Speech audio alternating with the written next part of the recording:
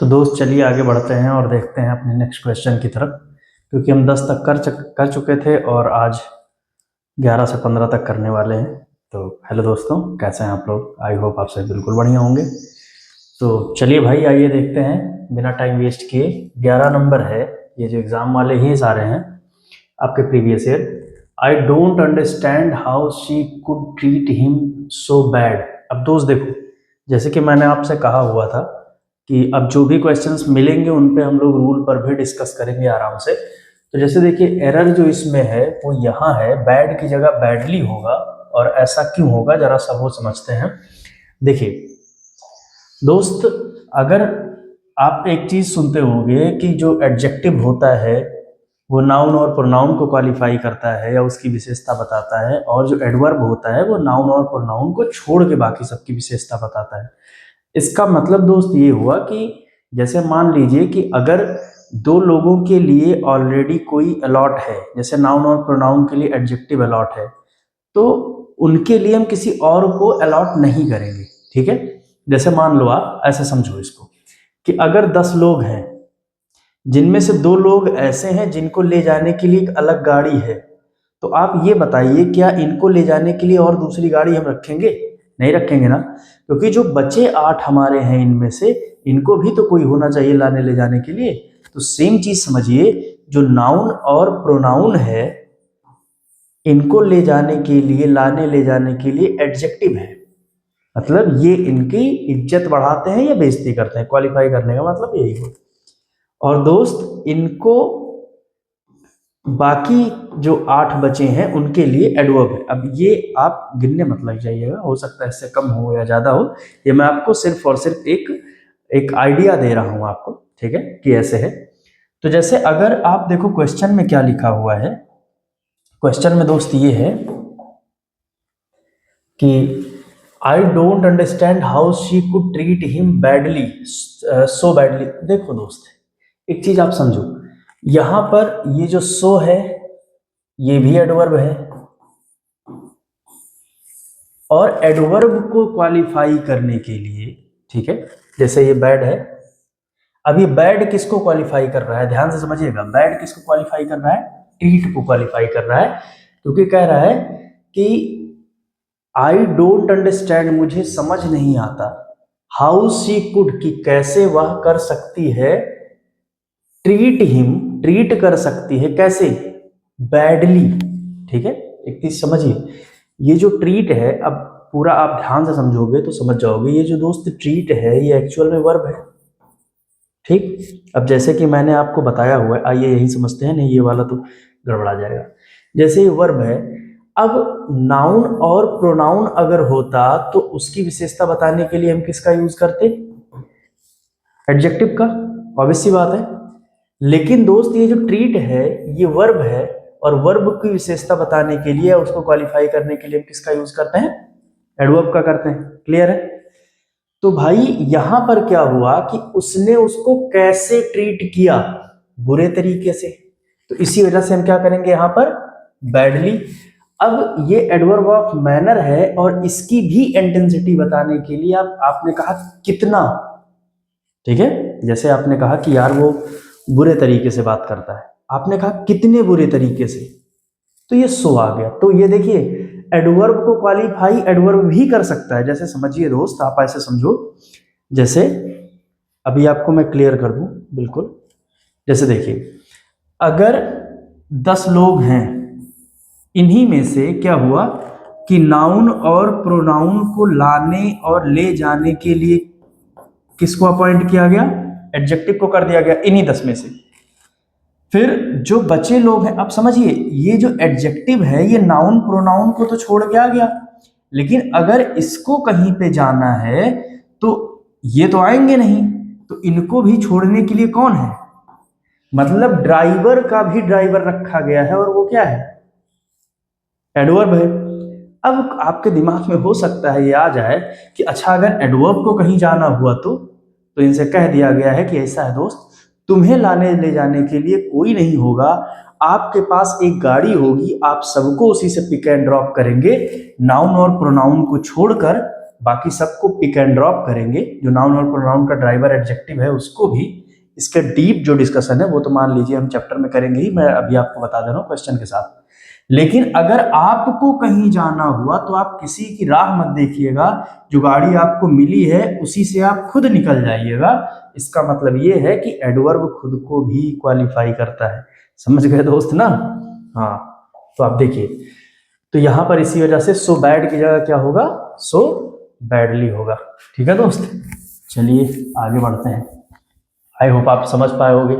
ये यहाँ एरर देखिए, कई बार क्या होता है ना कि हमें पढ़ने में अजीब लग जाता है, उस हिसाब से हम एरर मार देते हैं, लेकिन जब आप क्लियर रहोगे तो चीजें और बेहतर रहेंगी। अगला कह रहा है एट माई अराइवल। देखिए एट माई अराइवल नहीं होता है दोस्त, आप चाहे यहाँ ऑन माई अराइवल लगा लो, चाहे अपॉन माई अराइवल लगा लो। ठीक है भाई ना, मेरे पहुंचने पर, चाहे ऑन माई अराइवल चाहे upon my arrival, at my arrival मत लगाइएगा। अगला है ये देखिए 13 वाले में, it is more better if one of the parents stays at home to look after the children. आइए इसका जो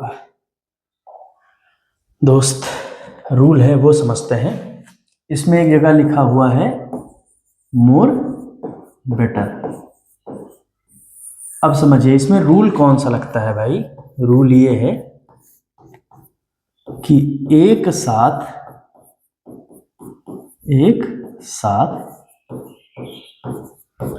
डबल कंपैरेटिव या डबल सुपरलेटिव डिग्री का यूज नहीं होता। ठीक है दोस्त, ध्यान रखिएगा, मोर बेटर नहीं होता है दोस्त, मोर बेटर नहीं होगा। मच बेटर आप कह सकते हो, मोर बेटर नहीं कह सकते हो। अब उसका रीजन समझ लीजिए क्यों। देखिए अगर आप एक्चुअल में मोर बेटर बोलते हो यहां पर, तो इसका मतलब ये हो गया कि जैसे आपने कहा कि my friend is more better than yours, तो इसका दोस्त मतलब हो गया मेरा दोस्त तुम्हारे दोस्त से ज्यादा अच्छा है। अब समझिए, अगर आपको बहुत ज्यादा अच्छा या बहुत ज्यादा बुरा कहना है तो उसके लिए तो एक डिग्री बनी ही हुई है, कौन सी, सुपरलेटिव। तो बेटर जो है या जो भी कंपैरेटिव डिग्री दोस्त ये है, ये पहले ही तुलना कराती है।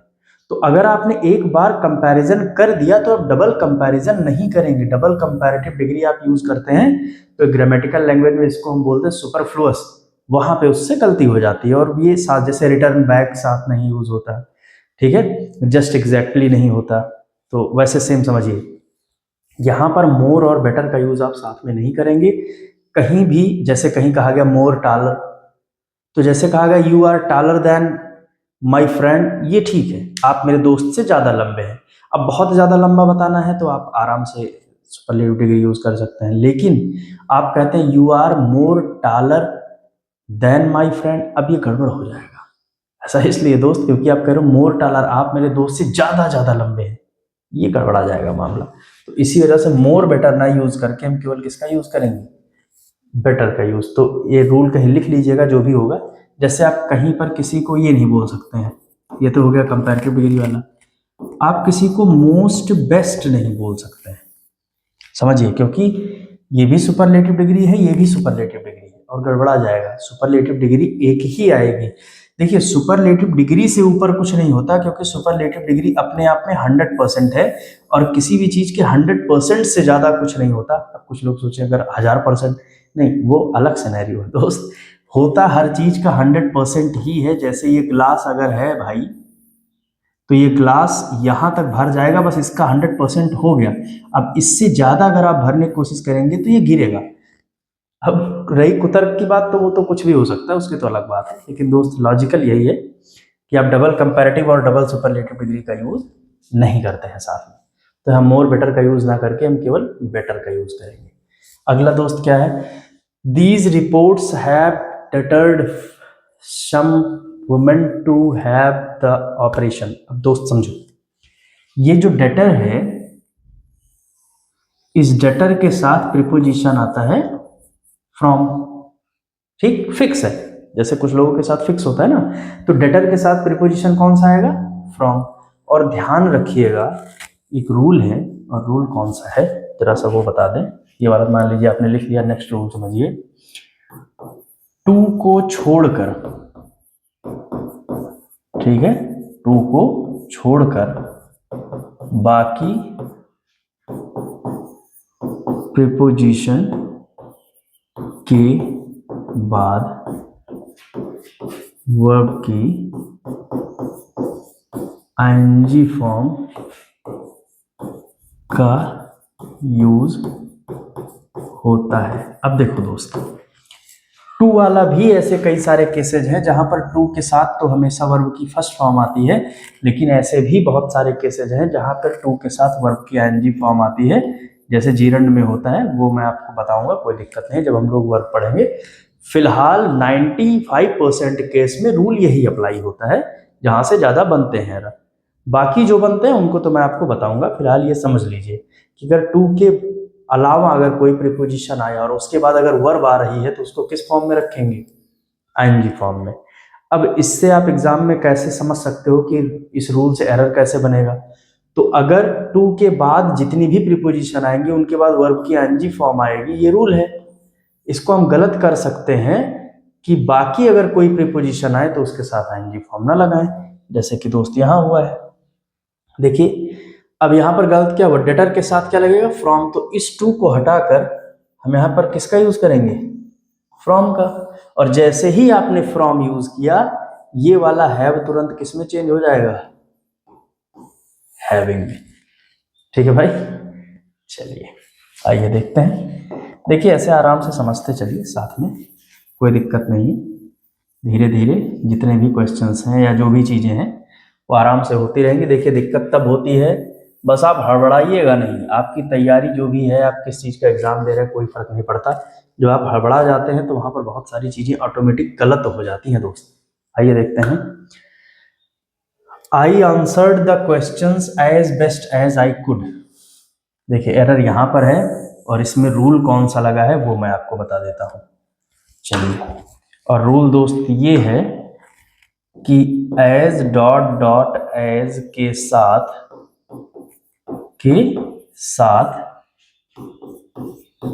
Positive degree